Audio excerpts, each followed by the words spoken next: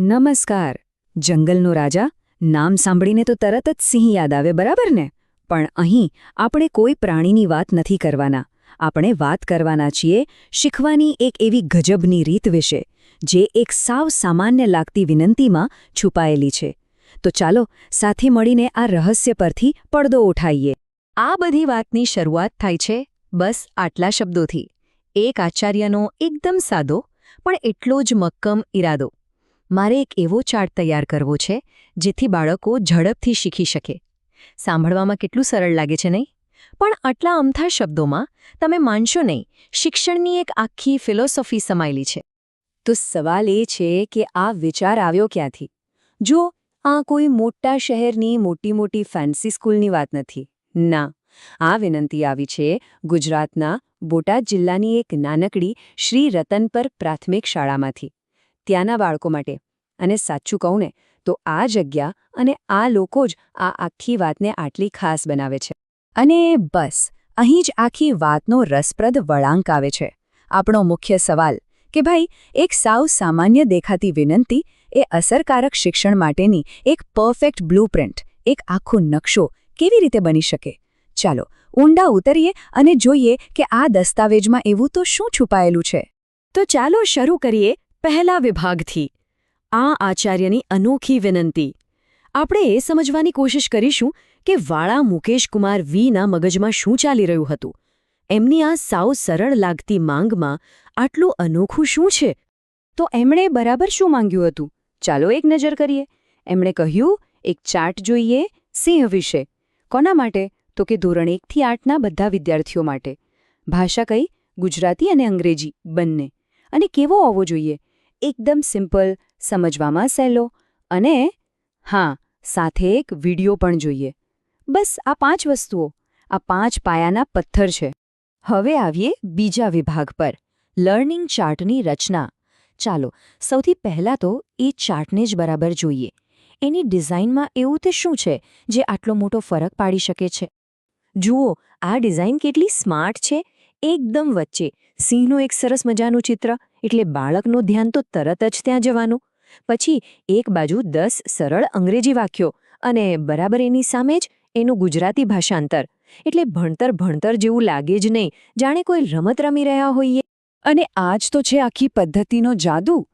બાળક એક બાજુ જુએ છે, સિંહ જંગલનો રાજા છે, એને રાજા શબ્દ તો ખબર જ છે, અને તરત જ એની સામે જુએ છે, the lion is the king of the jungle.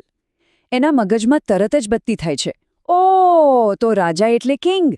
અહીં કોઈ નિયમો ગોખવાના જ નથી, બસ સીધું જોડાણ બનાવવાનું છે. અને આપણું મગજ નવી ભાષા શીખવા માટે આનાથી સારો રસ્તો શોધી જ ન શકે. ચાલો હવે ત્રીજા વિભાગ તરફ આગળ વધીએ, સિંહને જીવંત કરવો. વાત અહીં પૂરી નથી થતી. આચાર્ય માત્ર ચાર્ટ માંગીને અટક્યા નહીં. એમની માંગણીમાં એક બીજી ખૂબ જ મહત્વની વસ્તુ હતી, એક વિડિયો. હવે જોઈએ કે આ એક નાનકડી વસ્તુ આખા ભણતરને કેવી રીતે બદલી નાખે છે. હવે આચાર્ય જે માંગી રહ્યા છે ને, એની પાછળ એક મોટો વૈજ્ઞાનિક સિદ્ધાંત કામ કરે છે, જેને કહેવાય છે મલ્ટી મોડલ લર્નિંગ. આનો સીધો સાદો મતલબ એ છે કે જ્યારે આપણી એક કરતાં વધુ ઇન્દ્રિયો, જેમ કે આંખ અને કાન, એક સાથે કામ કરે ત્યારે આપણને કોઈ પણ વસ્તુ જલ્દી અને લાંબા સમય સુધી યાદ રહે છે. કદાચ આચાર્ય આ શબ્દ ન સાંભળ્યો હોય, પણ એમને એનો સિદ્ધાંત બરાબર ખબર છે. જરા વિચારો, વિડિયોથી કેટલો મોટો ફરક પડી જાય. ચાર્ટ પર લખેલું છે લાયન. હવે બાળક એને લાયન બોલે કે લિયોન, પણ વિડિયોમાં એ સાચો ઉચ્ચાર સાંભળે છે. એટલે લખેલા શબ્દ અને બોલાતા શબ્દ વચ્ચે એક મજબૂત પુલ બંધાઈ જાય છે. અને અમુક બાળકો તો સાંભળીને જ વધારે શીખતા હોય છે. એમના માટે તો આ એકદમ પરફેક્ટ છે. હવે ચોથો વિભાગ, રતન પરનું દૃષ્ટિકોણ. ચાલો હવે થોડું વધારે ઊંડાણપૂર્વક વિચારીએ. આચાર્યએ જે નાની નાની વિગતો આપી છે, જેમ કે 10 જ વાક્યો જોઈએ, શું એ એમ જ કહી દીધું હશે કે પછી એની પાછળ પણ કોઈક ઊંડી શૈક્ષણિક વ્યૂહરચના છુપાયેલી છે? 10, ફક્ત 10 વાક્યો. 50 કેમ નહીં? કે 100 કેમ નહીં? કારણ કે આ 10નો આંકડો છે ને, એ મનોવૈજ્ઞાનિક રીતે પરફેક્ટ છે. એટલું નાનું છે કે બાળકને જોઈને ડર ન લાગે કે ઓહો આટલું બધું. અને જ્યારે એ 10 વાક્યો શીખી લે ને, ત્યારે એને જે આત્મવિશ્વાસ આવે છે, વાહ મેં કરી બતાવ્યું. આ નાની નાની જીત જ આગળ જઈને મોટી સફળતાનો પાયો બને છે. અને આચાર્યના પોતાના શબ્દો જ આખી વાતનો નિચોડ છે. એમણે શું લખ્યું? વાક્યો સરળ મૂકવા, જેથી બાળકો ઝડપથી શીખી શકે. બસ આ જ તો છે સાચા શિક્ષણનો મર્મ.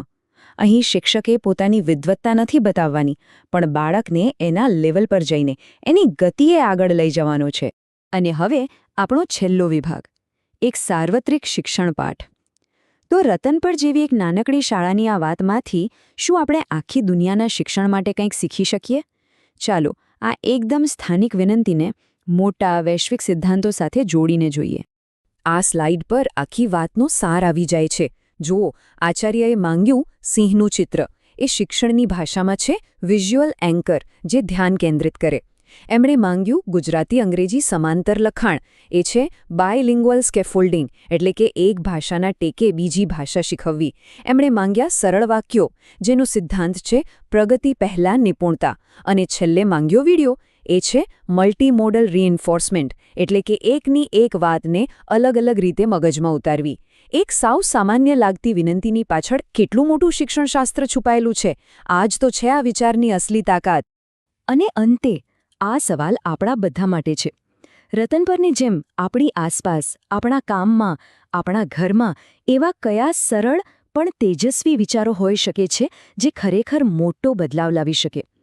કદાચ આ આખી વાતનો સૌથી મોટો પાઠ એ જ છે કે મોટા પરિવર્તન માટે હંમેશા મોટી અને જટિલ યોજનાઓની જરૂર નથી હોતી. ક્યારેક એક સાદો વિચાર પણ ક્રાંતિ લાવી શકે છે.